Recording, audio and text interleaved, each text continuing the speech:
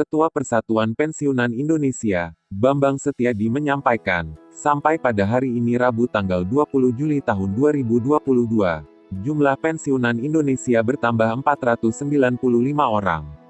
Karena berdasarkan data dari Badan Kepegawaian Negara, BKN, dalam periode 2021 hingga 2024 ada sekitar 706.438 pegawai negeri sipil yang akan pensiun.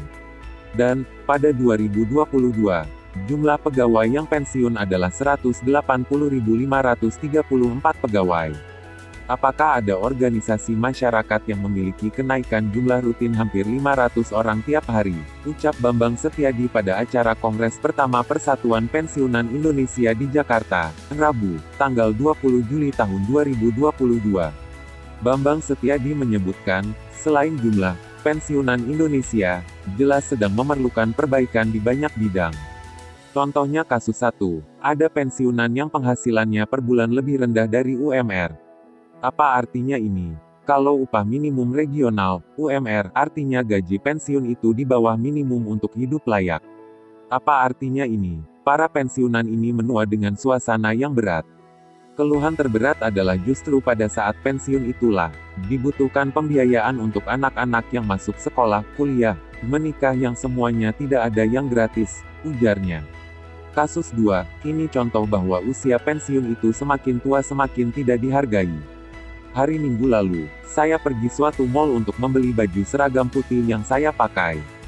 Tiba-tiba ada sales yang menawarkan keanggotaan suatu bank. Ketika saya lihat bank yang menawarkan programnya, saya ingat cerita teman saya bahwa keanggotaan di bank itu sangat membantu karena ada item-item yang diskonnya lebih dari 50%. Karena itu saya bersedia mendaftar menjadi nasabah.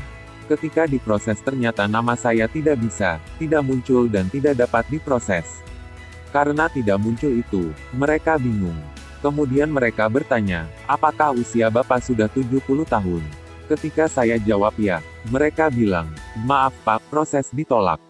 Umur 70 tahun tidak boleh mendaftar. Saya hampir marah, apa yang salah dengan umur 70 tahun? Tekannya. Itu hanya 2 contoh susahnya jadi pensiunan.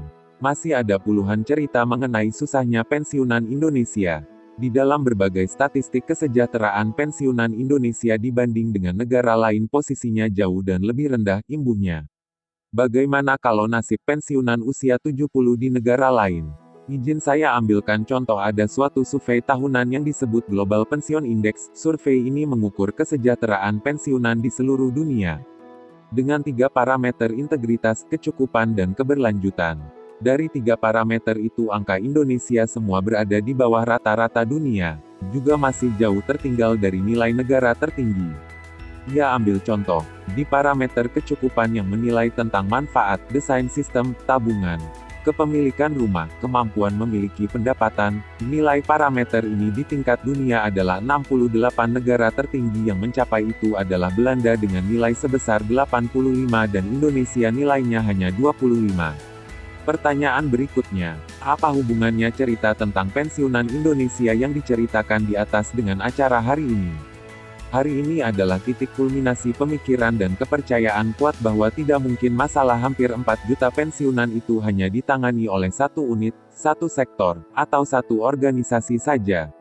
Masalah dan jumlah anggotanya terlalu banyak. Karena itu lahirlah suatu organisasi yang dimulai dari suatu komite persiapan pembentukan Persatuan Pensiunan Indonesia.